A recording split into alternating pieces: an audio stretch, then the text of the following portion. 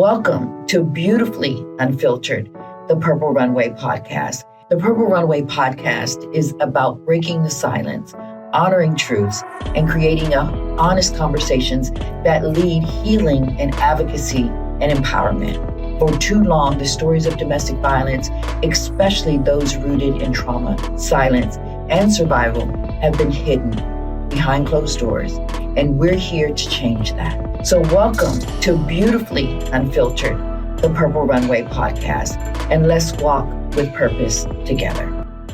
Oh my goodness, we got a good one for you today.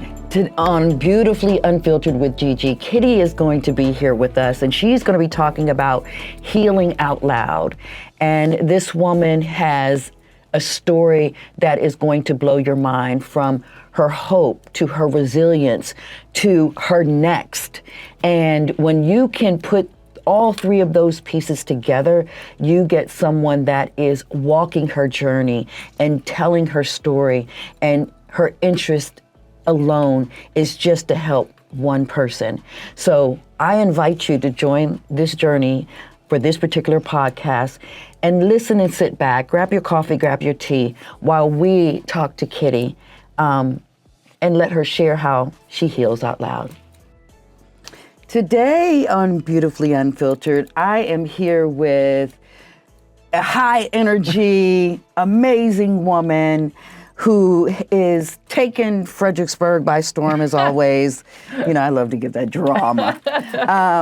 Bring it on. And you know what, when we were talking and planning for this, after you did what you did and I thought about what I thought about, I want to entitle this podcast, Healing Out Loud, Rebuilding Home, Heart, and Hope, because that defines you to a T from my perspective. I think that. So welcome, Kitty. Thank you. I wanted you to come on the podcast because I know you're a great storyteller. I know you are an overcomer and a go-getter. Yes. And you know, here at Purple Runway, that's something that we represent. We understand that the epidemic and the horrors of domestic violence, but it takes people like you, like me, to be able to stand in that gap. Yes. And talk to people and share with them, yes, this is who I may have been, but honey, this is who I am now. Yes. So I want to talk about how you, in what seemingly seems like a very short period of time, you have, it appears to be that you have healed out loud, right? Yes. So can you speak on how did you move from here to there? And then we're going to talk about the home, and we're going to talk about the new things that you've entered. So how did you move from here to there where it just seamlessly looked like you were healing out loud?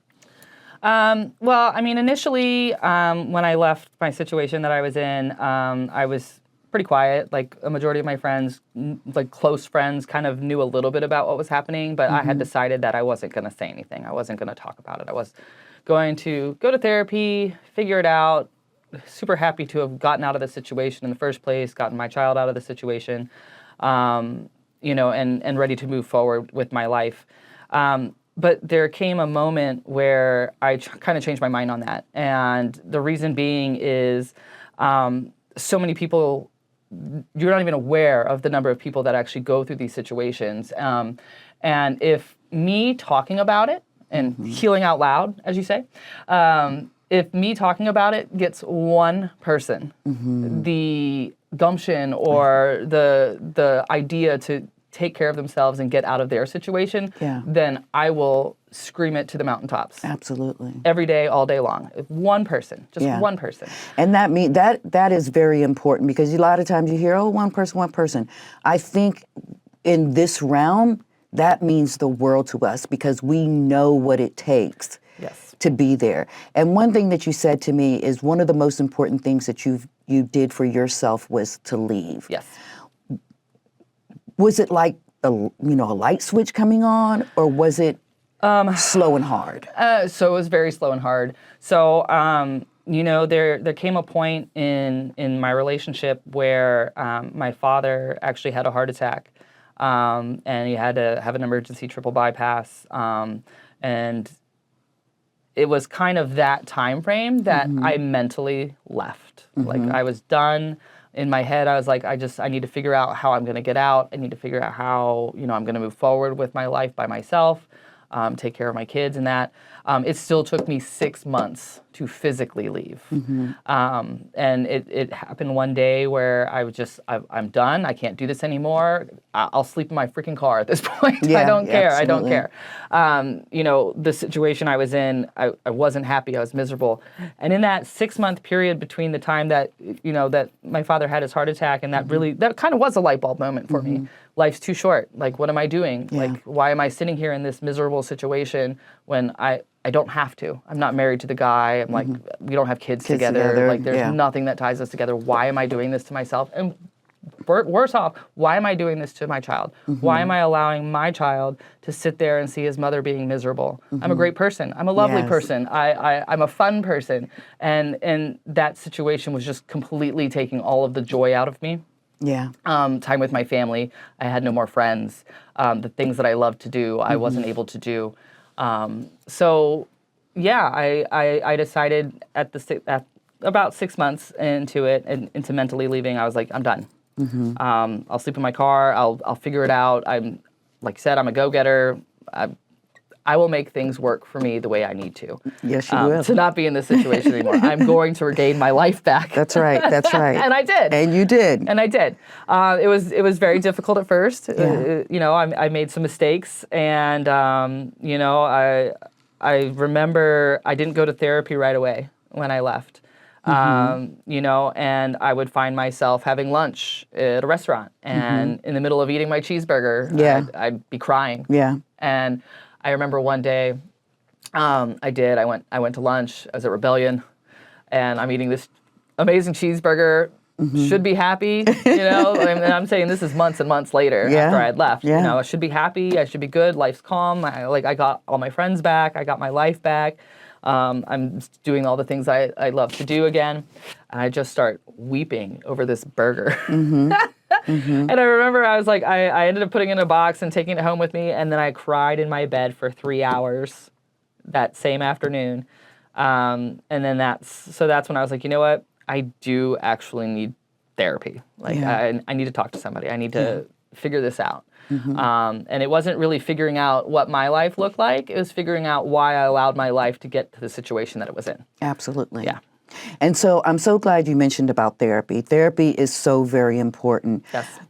But in many cases, right, people that are going through this, they can't afford therapy. Yes. And that is a huge disparity.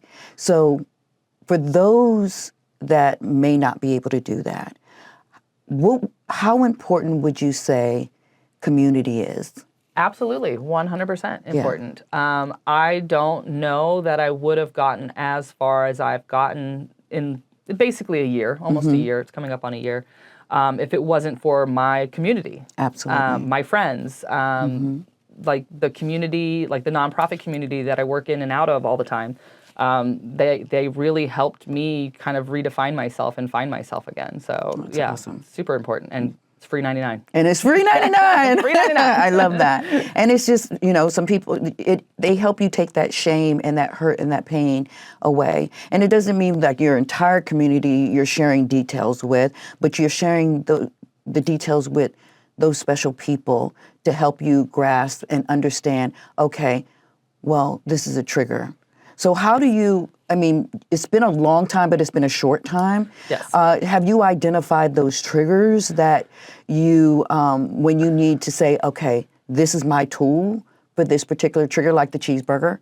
Or is it something like where when you need to call a friend and say, I need help walking through this? Yeah. In the beginning, yes, it was a lot of talking to friends and just having those conversations over and over and over and over again. Just get it out. Yeah. And I'm sure my friends were tired of hearing the same story over and over again. But honestly, that's how I had to heal. That's the process. Like, that's just the process. I had to let it out. Now I'm to the point where I don't really have a lot of triggers anymore. Places tend to be triggers. Okay. So going certain places, driving in certain directions, sometimes will trigger things in me.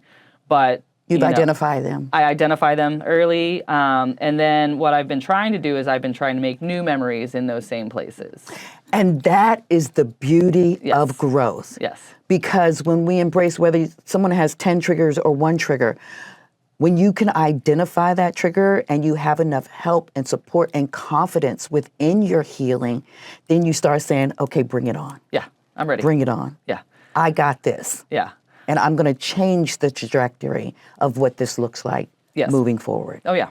Yeah. That's beautiful. So understanding that, what has surprised you the most about your healing? Something that you never expected to discover on the other side of that pain? Ooh, God, that's a good question. I feel like it was a bit of a surprise to me. I mean, not necessarily how fast it happened. I thought that I would have more issues healing, like more triggers. But really, I hadn't. And I feel like looking back, it's because I had that 6-month period where I had mentally left and just hadn't physically left yet. So instead of saying I've been out of there for 11 months now, I've really been out of there for a year and a half. Right. I just lived in the same home and just, endured some of the stuff. So I think that kind of helps. I was not surprised, but kind of surprised at how little things do trigger me at this point. Yeah. I thought it would take longer. Yeah. But I've been very adamant about finding the reasons as to why I stayed, finding the reasons as to why I got myself in that situation. Talk about it a lot with my therapist. I talk about it a lot with ChatGPT sometimes when my therapist isn't available, Yeah, so that's probably the most surprising part. I figured it would take a little bit longer than it has taken. But that really shows your strength even before that happened. So you were a strong person who was able to overcome and endure and embrace yourself, and you already knew who you were. Yes. And it just was something that just kind of was like a speed bump that took you out of that, right? That's exactly what it was. Yeah. That's exactly what it was. I knew exactly who I was previous to that. I loved who I was previous to that, and so it was really just trying to find my way back to that person that I already knew was there. Yeah. And I feel like if I wasn't I was really self-confident in myself early on as a young adult, and so I think that helped it a lot as well. Because I already knew who I was. I already knew who I wanted to be. It was just a matter of getting back to that person. And this is the importance of knowing who you are. When she can say the self-confidence in herself, that is not something that just arbitrarily shows up. No. It's something that is invested in. And why we have to know who we are during times like this, because even though someone as strong as Kitty found herself in a situation that wasn't becoming of her, it didn't define who she was, and she was trying to figure out herself how to get there, she was able to reach back with what she learned, what she was told, who she knew who she was, in order to be able to shorten that, because a lot of times that does not happen. No. Right? And, I was only in the thick of it for 3 years, and I can only imagine someone who's been doing that or dealing with that for longer, or even from a younger age into adulthood. I wasn't a super confident person in my 20s. My 30s hit my stride. Yes. That's where that confidence really built, and it was right before I hit 40 that I found myself in that situation. And I really do truly feel like if I hadn't found myself in my 30s prior to that, I would be in a much different situation right now. I may have even still been there. And you know what? A lot of times when we're in domestic violence relationships, what happens is when we get out of that relationship, we happen to get out safely and everything, we find that we find ourselves in another one. In another one, yes. And then in another one. And you know why? It's that piece that you just said. We don't know who we are. Yes. And when you're missing that piece, you make the same decisions. And then, not you, let me just say, I know I have, and I know other people who have. Because when your confidence is shattered and you're brought down through emotional turmoil and mental, strife, Yes.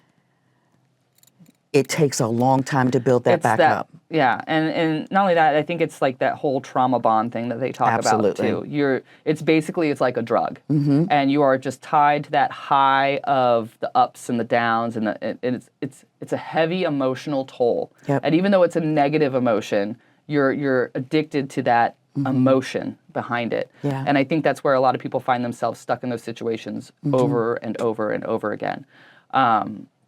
But yeah, that's Stepping back. Find yourself. Find yourself. Find yourself. Yeah, yeah. Find who you are, how you define yourself. And I mean, honestly, I feel like that's really the only way you can actually, truly, fully heal Yeah. from those type of situations. So, as you and I know, once we get out of a particular situation, and as you just spoke about your baby, did you talk to him about the transition, and was he able to share with you his feelings? So he was not around for a lot of it, but he did hear some of it. Okay. And I mean, he's only with me half the time because I'm divorced, and he's with his dad the other half of the time. So a lot of these situations happened when there were no kids around. So I feel lucky about that, but in the same respect, he couldn't help himself. And sometimes the kids heard things. My own daughter lived with us for a few months, and she heard some things. And she's an adult, and she's like, "Mom, what are you doing? Like, Mom, what are you doing?" And it still took me a while to leave. Yeah. I'm just stubborn, I guess. But after I left, I had and he's 12. He was 11 at the time. I had a conversation with very short, "Hey, we're not living there anymore. I'm done." And I did apologize to him. I did apologize to him for allowing myself to get in that situation and stay in that situation longer than I should have, and for him to have seen me the way I was. Right. And he's a sweet boy. He's Mom, it's okay. I'm so happy. He's happy that we're not there anymore. He's happy that I'm not hurting anymore. And I will always, forever, regardless of how much therapy I do, obviously, I will always forever regret allowing myself to be in that situation and for him to see me like that, as long as I did. But you know what? We can't change the hands of times at all. But at the same time, you've taught him something. You've taught him already at 12. He's going to be a better man. Yeah. Because you didn't hide it from him. No. And you did address it with him. And that's what stops the course of if you continued, or when other people continue in those relationships for years and years and years, and then the next thing you know, the kids either find themselves there or do it themselves. That's all they know. So, Mama, let's go. Let's go. You really stood in the gap for your baby because he was comfortable in saying, "Mom, I love you, and it's okay." Yeah. But what I see is your resilience. Yeah. And that is so amazing. Yeah. So let's talk about after you left. I remember having a conversation with you, and you were getting ready to, and where you live right now has deep significance to you because you've always loved this place, and it just so happened to come up that it was available for you to, so to say, come back home. Yes. So can you share that story with the transition from there to where you are now? Yeah. So when I left, I stayed with my dad for a couple of weeks, but I know that wasn't going to work. I'm super independent, and I knew I wanted my own place. And I've loved Fredericksburg for years. I started a nonprofit here years ago. My friends are here. And so I was very determined to move to Fredericksburg. And so I got myself a little apartment. Throughout my separation and my divorce, my best friend had a little townhouse that she got when she got separated and divorced. And throughout my divorce and then the subsequent relationship after that I got into, anytime I tried to leave that situation, because they say on average you leave at least 7 times. Absolutely. I broke that average, by the way. I left at least 10 times and then went back. Every time I left, and throughout my divorce and all of that, this home, like my best friend's home, was my safe space. It's the place I always went to. It's the place I stayed, and she always had an open door for me. open arms for me, food on the table for me, like whatever you need. And every time I went back, she didn't begrudge me of it. You know, she let me come back when I was ready to come back. And there was even a point in time where I told her that I needed space. My ex was giving me a hard time about being her friend and talking crap about her and all this other stuff. And it was just easier to let it go than to fight with him, which is, my God, I say these things now and I'm like, what was I doing? What was I thinking? And so we didn't talk for a couple of years. And when I finally left the last time, she was probably one of the first people I called. And I said, you know, hey, I mean, if you're willing to talk to me, I would love to talk to you and apologize to you. And I came over that night. It was like instantly like no time had passed. Aww. She, you know, she's gotten married and she's had another baby, and her and her husband bought a house, you know, over the summer. And it just so happened that her townhouse that was my safe space was up for rent. And I was like, I wasn't ready to move on to a different place because I was still in my lease for my apartment. But at the time, my best friend from middle school, who I've known since I was 12 years old, was getting out of a situation very similar to mine, very, very similar to mine, and had nowhere to go. She didn't really have options. Right. And so I said, you know what? This is available. This was my safe space. You're now ready to go, like really ready to move on, because she did the same thing I did, left a couple of times and then went back. This is my sign that I am now going to make this not only my safe space, but your safe space as well. So yeah, I moved into the townhouse that used to be my best friend's, that used to be my safe space, the place I ran away to, and now it's my home. Yeah. That's community. Yeah, exactly. That's community. Yes, exactly. That's oh my community. Goodness. Yeah. And I, at the end, I'm going to ask you a question because I want to bring it full circle. You've heard about so far the things that Kitty has endured. As you can tell, she is a go-getter, period. What I like to call period, pause, hard return, new paragraph. But then how community plays such an important role, because the safe space is what it is now that her friend gave to her, and creating a safe space for others. Yeah. So at this point, one thing that I'm learning about you is that you are going from there and spreading your eagle wings even further. And I can see travel Yes. is on the docket Yes. for you. It is one of my healing toolkits. Yep. And what made you start to jump into that, and why are you so excited about that? Okay, so I love traveling. I love going new places. I've been called a gypsy a time or two. So I used to always plan vacations for my family. I used to always, I was the one who was booking the places and booking the excursions or booking whatever we did. Like, I would have to say that I'm the reason my family vacationed as much as they did. Awesome. I've always loved that kind of stuff. Because again, gypsy, I like seeing different places and experiencing new things. Life is too short to not experience all the world has to offer, in my eyes. Absolutely. So in my last relationship, I lost my job. I lost my very long-term job that it was a career. I was going to retire from it, great benefits, all of this stuff. Just the fighting and being up until 3 or 4 o'clock in the morning and the fighting constantly. I was coming to work late and all these other things. My fault. I don't blame anyone else for that, but that is the situation that caused me to lose my job. And in losing my job, I found out that this 401k that I had amassed a lot of time and energy into, I was going to actually be able to either leave it in there, which most of it is still in there, or I can actually take some of it out tax-free and start a business.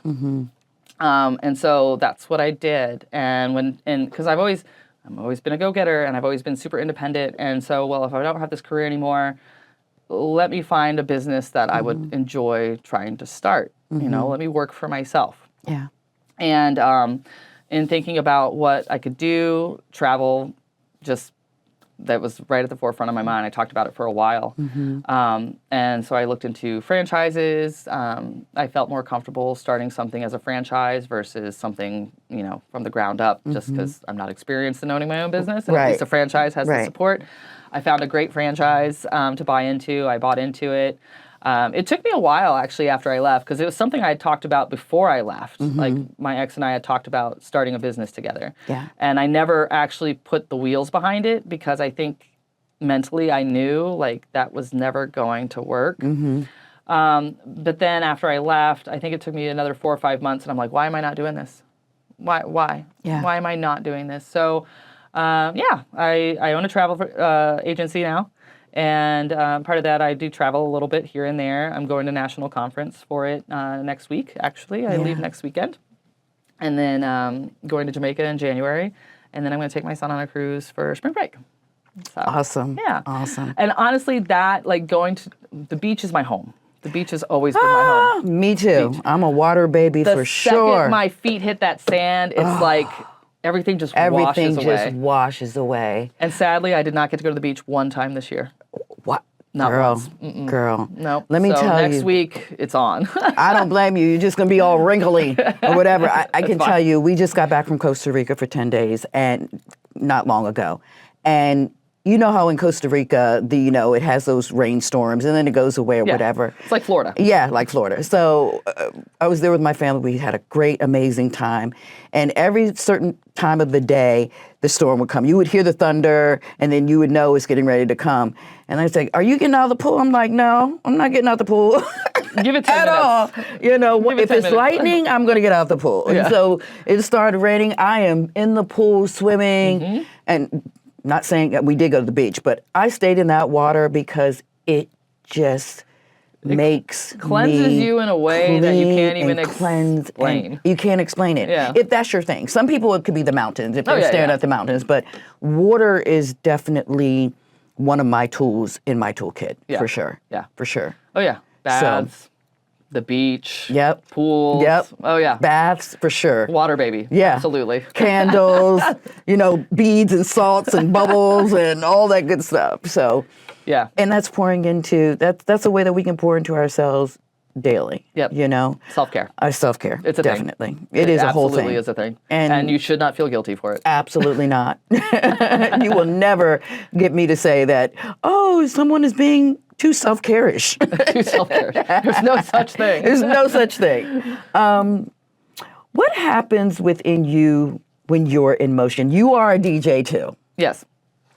Seeing new places and meeting new people, how does that make you feel? Because we all know you're light and you attract people and all of that. So during your DJing and during your everyday, while you're in motion, seeing new people in places, obviously that makes you feel good. Yes. But if I could say, Kitty, tell me what impact do you think you leave with people?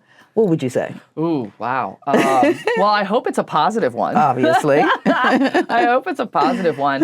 I have had good friends of mine in the past say that one of the things they love about me is that they can be authentically themselves and be completely comfortable around me doing so, because they know that I'm going to support them and love them regardless of what it is. Yeah.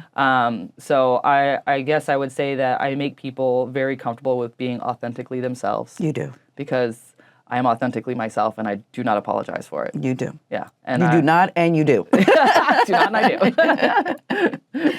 Okay, so as a part of your healing, you have refined yourself and you have put those pieces back together that you lost, or you're still working on them. It's always a journey. Yes. Which ones are you most proud of that you have reclaimed? My relationships that I had left behind for a while there. There was a time where I was like, man, I have messed up these relationships so bad. Like even with my parents, like Wow. even with my dad. I thought at one point like, I'm gonna make her cry again. No. I actually carry, and I know this is not okay, and I know I shouldn't, but I actually do still carry a lot of guilt because I feel like a part of my dad's heart attack was from the stress of knowing I was in a situation and I wasn't happy. Because he'd say it anytime he saw me. He's like, this isn't. My name is Jen.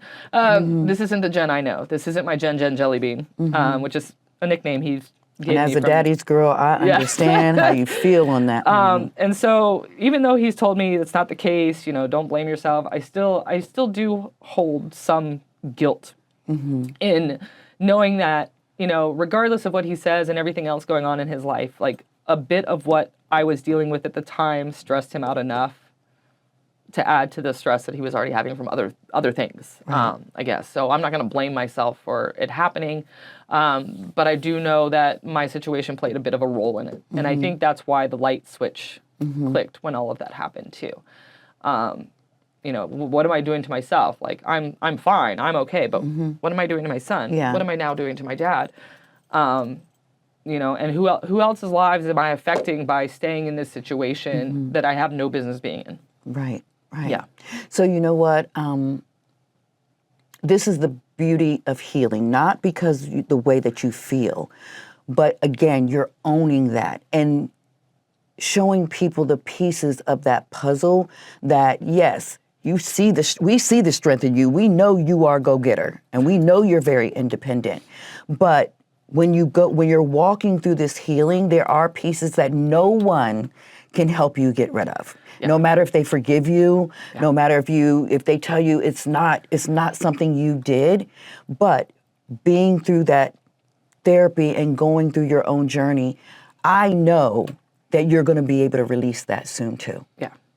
And that's what it's about. Yeah. It's not instant gratification. No. It's something that it makes us human and understand that, yes, I own this and I don't know when I'm going to get rid of owning this, but at least my dad and my son have given me the go ahead to release that. Yeah. And it'll happen in due time. And now it's just up to me it's to up do to it. you to do it. Yep. And girl, you got it, honey. So let me ask you this. When you look in the mirror, what do you see that you couldn't see before? My former self. Like that person that I grew to love, that person that I became, like I said, in my 30s. I really thought I lost her completely for a while there. And I did. And I kind of wondered if I would ever even get a portion of it back. Yeah. So now when I look in the mirror, I see that girl again. I see that woman again. Just friendly and nice and always ready to do something for other people. Go-getter. Yep. Gypsy. Yeah. all of the above. Nomad maybe soon. Nomad. Well, my son is 12. We got like 6 years. Yeah. Absolutely. We love to travel too much. I'm like, when can I get out of here? Yeah. So let me say this. It's October, Domestic Violence Awareness Month. Yes, it is. And it makes me so happy that I've been able to sit here with sisters and for us to be able to pour into the gap. Yeah. Right? Because there are people still going through the journey of the 7 times or the 10 times or not even on the first time. No. And here at Purple Runway, we want to show the opposite side of that. Because we can see the harm and the abuse more often than we see the healing journey and the smiles and the space that we have to reclaim after that. But yet we're owning our space at this point. And I truly believe that when people see the people that have been on this podcast, whether they're healers, whether they're teachers, whether they're survivors, when they see people like us, I believe it gives them hope, right? Yes. So I want you to look in that camera and I want you to talk directly to someone and give them a message of what you would share with someone who would be afraid to start over. There's no better time than now. There's absolutely no reason to stay. And you will be amazingly surprised at how resilient you can be when you get out. Yeah, absolutely. And of course, doing it in a safe way. Have a safety plan. Have a safety plan, yes. Definitely. Yes. But I know it's a lot of people that can't see themselves on the other side of it because they feel so either broken or, they lack the resources to do so. There are plenty of resources in the area. Yeah. There's Hope House. There's, I think, Sunshine House or something like that. Yeah. There's Arcasa.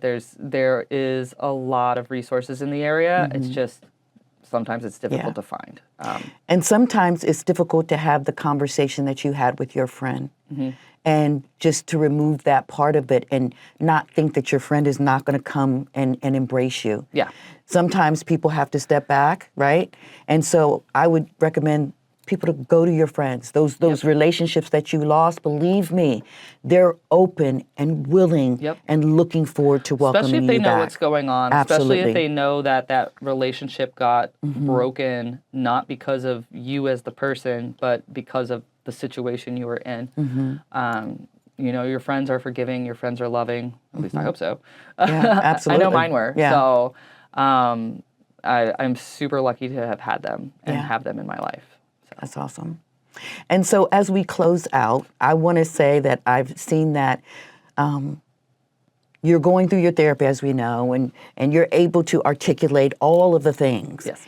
And now you're in a new relationship. Yes. Yes, I am, actually. How does that feel? And you knew what you wanted and what you didn't want, I'm sure. Oh, yeah. So how does that feel to be in a new, healthy relationship? It's great. It's absolutely great. I spent a lot of time in the beginning just like waiting for this other shoe to drop, so to speak, but it hasn't dropped. Right. But no, I definitely went into it knowing exactly what I did and didn't want. I understand the signs of narcissism. I understand the signs of control. I understand the signs of manipulation. I can see it from 1,000 miles away. And I've been waiting to see those signs because, again, you tend to get into the same relationships you just got out of. But I haven't seen any of them. That's so great. He's very sweet. He's very kind. He's been very patient with me and gentle with me. So I'm super happy. That's so awesome. Okay, so before the last question, I always ask my guest for your favorite song. And you being a DJ, I know you have like 1,000 of them probably. Yeah. But this one song, because you're going to touch someone with your story and your strength and your resilience. And so when they look at your podcast, I want them to connect what they've heard from you to a feeling. Yeah. So every time they listen to that song, they're going to think about Kitty. Yeah. Right? I got it. So you ready? Yes. Drum roll. What is your song? Super Bloom. Super Bloom. By Mr. Wives. Okay, tell me about that song. I don't know it. It's very upbeat. A friend of mine actually sent it to me a couple of years ago, trying to encourage me throughout my divorce and my separation. And I didn't really pay much attention to it. I was like, oh, thank you. It talks about somebody who finds themselves again, the resiliency, and just kind of growing back into themselves. So yeah, I would have to say that song. And no, I've never heard of the band before. I don't think I've ever heard of any of their other songs. Yeah. To this day, I don't think I've ever listened to any of their other songs. That one. But this one really does leave a mark. And like I said, it talks about resiliency and finding yourself again. So that's awesome. Yeah. Well, Kitty, I want to thank you so much for being here Thanks on for having Beautifully me on. Unfiltered with Gigi. I hope we had a good time. I know we did. Yes. By the way, my adult daughter is getting married next year, right? Oh, wow. And so I keep talking to her about becoming a grandmother. Right? I have grandcats. And I said that when she has children and I'm a grandmother, I'm going by the name Gigi as my grandma name. You try to speak on it. You'll be the baddest grandma you know. I approve. But thank you so much for being here, sister. I love having nights out with you. Yes. I love just seeing you just bloom. Just bloom. Super bloom. Exactly. And I love the fact that you're here and you're inspiring, and I know you're going to keep inspiring. And I'll try. No, you don't have to try. That is the point. Like you don't have to try. one person. Yeah, that one person. So I want to thank you for being here, and I know we're going to do this again. Yeah. And before I go, I want to let you know that there's nothing better than having community, and I'm so glad that you are part of my community. Oh, me too, Gigi. So thank you. Thank you. All right, everyone. I know you should be inspired by Kitty right now. And please, if you have any feedback or any comments, or let us know what inspired you about her story. Let us know in the comments, or, give me a thumbs up, even if you can't put it in words. But we need people like Kitty and others to be able to share their story and their truth, because that's how we're going to help that one person. So thank you for being here. Thank you for tuning in to Beautifully Unfiltered, and I look forward to seeing you on the next one. Bye. This podcast is an extension of Purple Runway, where we honor survivors, celebrate their courage, and amplify the voices that are often go unheard. Whether you're a survivor, a supporter, an advocate, or someone still finding their way, you're not alone, and this space is for you. Thank you for listening. The Beautifully Unfiltered podcast is brought to you by... One of the things that keeps great leaders up at night is how to take a solid team and make them better. Well, we can help you figure all that out. Learn as a team, grow as a team, and have fun doing it. At Blue Stallion Solutions, we meet you where you're at and we take you where you want to go. Blue Stallion Solutions isn't just a company, it's a movement. Ride with us today.